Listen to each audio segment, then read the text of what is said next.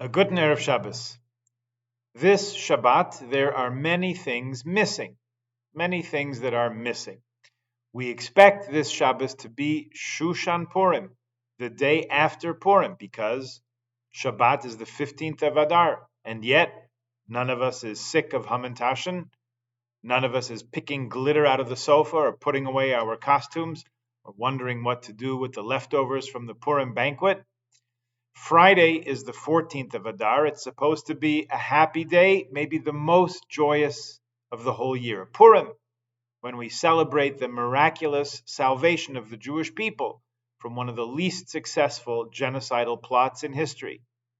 The day after, the 15th of Adar, is Shushan Purim, the Purim of cities that have had walls around them since olden times, like Shushan did, like Jericho, as Yerushalayim does. So where's Purim? Where is Shushan Purim? They're missing.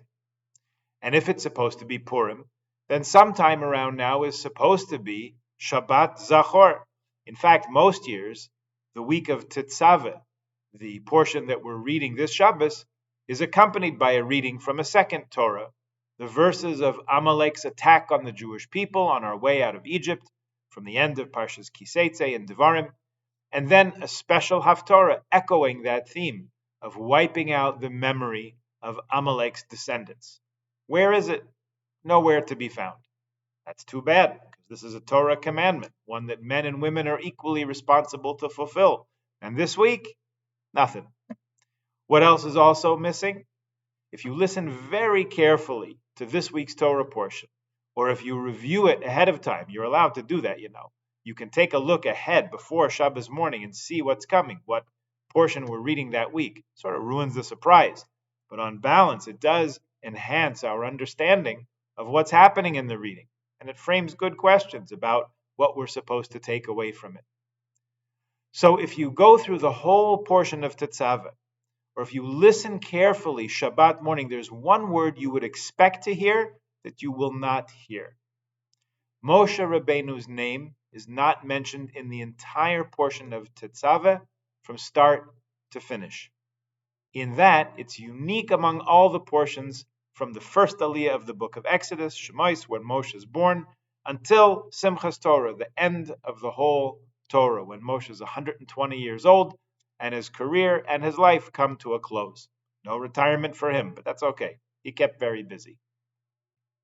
Moshe's name is missing from our portion this week. We are told by the Baal HaTurim to fulfill Moshe's own request or even demand of Hashem. After the embarrassing and sinful event of the golden calf, stay tuned, that's next week's portion, Moshe begged God's forgiveness for the Jewish people who had made this terrible mistake. By the way, he didn't ask for forgiveness in the merit of tzaddikim because there were these righteous people amongst the Jewish people. It wouldn't be fair. Moshe asked God to forgive the sinners who had sinned, who had melted down gold and made it into an idol and worshipped it. Exactly what God said we should not do at the outset of the Ten Commandments. God seemed reluctant to Moshe. What about justice? What happens if you don't punish wrongdoers? How will people have faith in the system if people can get away with such crimes? They'll start to suspect that the whole thing is corrupt. God insisted, Moshe implored. Finally, as a last gesture of desperation, Moshe threw his lot in with us. He said, okay, God, I get it. Justice. You want to throw the book at them, so to speak. Letter of the law. Fine. If that's how it goes, that's how it goes. But if you can't forgive the Jewish people, even for something, a crime as terrible as this, then take me out of your book. Mechenina mesifrecha. We're going to read in next week's second aliyah in Parshas Kitisa. Take me out of your book. And we have a tradition that everything a person of Moshe Rabbeinu's stature says, even if it's conditional, if you won't forgive the people, then remove me from your book. So if even though God did forgive, Moshe's statement came true in some measure. He's not missing from the entire 5 books of Moses, but his name is missing from one parsha, this week's. Here's the vort on absence as absolute presence from Rabbi Tzadok HaKohen of Lublin, maybe it applies to all the things we're talking about. Seems King David once had a complicated halachic question in the middle of a battle. For a serious Jew, war raises serious halachic questions. So David HaMelech dispatched 3 soldiers to go get an answer. This was in the days before WhatsApp, remember. These 3 risked their lives to get an answer and to bring it back to their commander. And King David did not ultimately credit these 3 by name, under a halachic principle explained in the Gemara in Bava Kama that we do not attribute a halachic statement to someone who risks their lives for the words of Torah. Tzaddik Cohen explained the incident in this way. He said their names are not attached to the Devar Torah because in the act of Mesiras Nefesh, completely putting themselves online for the sake of the Torah, they become part of the Torah itself, and they lose their individual identities in the divine source. Reb Tzadok says you can explain this same idea to Moses, our teacher, since in our story this week and next week, he put himself completely on the line to gain forgiveness for the Jewish people. He also lost some of his individual identity, at least for the span of this week's portion. So let's take that idea and run it through all the other missing elements that we spoke about. First of all, we said that Purim is missing. Friday, 14th of Adar, should be Purim. But this year, it's Adar Rishon, first of 2 Adars in a leap year. So on the one hand, you'll notice, you didn't miss anything, it wasn't Purim on Friday.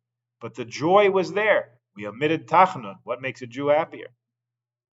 We left out Tachnun as a sign of closeness that already exists between us and God on Purim, although the external markers of Shalach Manas, costumes, Megillah were not on display. Hamantashen we did have for breakfast on Friday. What is it that makes Purim Purim? Is it the food and Megillah, or is it the profound gratitude and acknowledgement and joy that we have for having been rescued from extermination? The mitzvahs of Purim are there to help us recognize the day, and we will do them in 2nd Adar, a month from now, but the joy and appreciation is here, it's present. Same thing with Shushan Purim, Purim of the walled cities. That's Shabbat.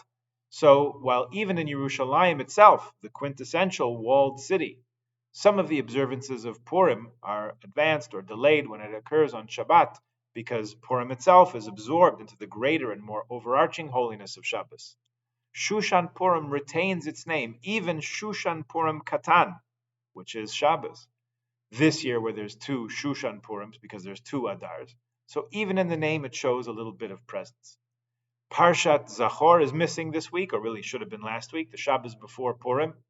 Although it's not read now, we will read it in a month from now. You don't have to wait.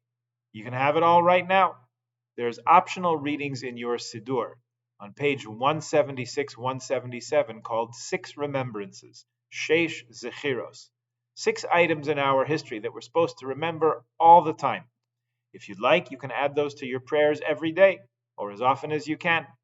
It happens that the third of those 6, and the longest one, consists of 3 verses, which are the exact verses we would read, and we will read, on Parshas Zachor, 4 weeks from this Shabbos.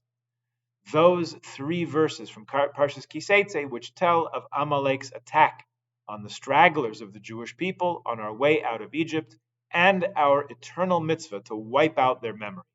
How do you remember a memory that you also have to wipe out? Great question. Stay tuned for more on that later.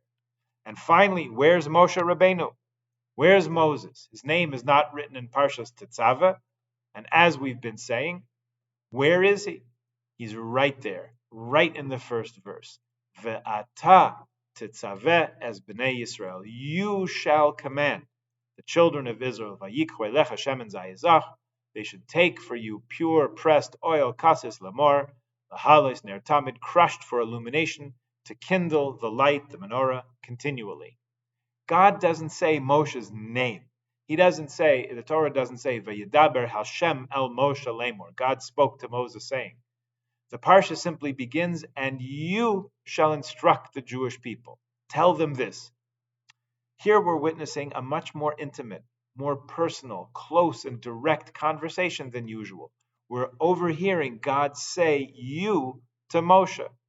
When you call someone on the phone, least those of us who remember before caller ID, you used to say, "Hey Frank, it's me, it's Joe calling. How you doing?" That's how Frank would know who it is if he didn't recognize your voice. But you don't keep saying Frank, Frank, Frank throughout the whole conversation. After a while, you say, "Look, the reason I'm calling you is because I wanted to ask you if you could please meet me next Tuesday because I'd like to talk with you about something." You is a much more personal and more direct and more intimate form of address than someone's name. It goes to the totality of their being. And it's when the two of you are in close conversation. And that's what's happening here. God is beyond the first name basis here with Moshe. It's not Moshe, it's you. A different degree, a different level of closeness. Perhaps this is reflective of what Rav Tzadok suggested, that when a person puts their entire being into the effort, they lose their individual identity and become one with the project. Moshe's not Moshe anymore in this project. Now he's you. It all becomes part and parcel of itself. That is a beautiful thought for us, all of us, to take with us in the remaining 6 weeks of Adar 1 and Adar 2. Let's lose our sense of the individual a little bit in favor of identifying with the project overall. The goal is for the Jewish people to be one, to be completely connected with each other, with our land, our Torah, and the giver of that Torah. So in the worst of times in the past, we could be calling each other names, not even such nice names. In better times, we called each other by name, but with love and respect, used our names. Definitely a better situation. And in the best of times, it's not Yankel, Beryl, Shmerel, not even you and me, it's us. And we're all one. A Jew learns from everybody. Even our enemies have something to teach us. Haman didn't care where you went to school or what kind of car you drive or which shul you belong to. No one in Hamas asked first who put on tefillin that morning and who sponsored the Kiddush. In their eyes, we're all the same. We're all one, in the worst way. In the best way, they have a point. We are all one. So let us make that a positive thing, not a negative thing, and realize that we're all connected and unified even much more deeply and profoundly and essentially than we often recognize. And that will bring us to the true joy of Adar, recognizing that those of us, those who have sought our destruction, are now barely footnotes in history, and we are a happy, proud people who care for one another and take care of one another. May we be reunified with all those being held hostage, and may all of us rejoice, happy and healthy, a month from now together at Purim. A good Shabbos.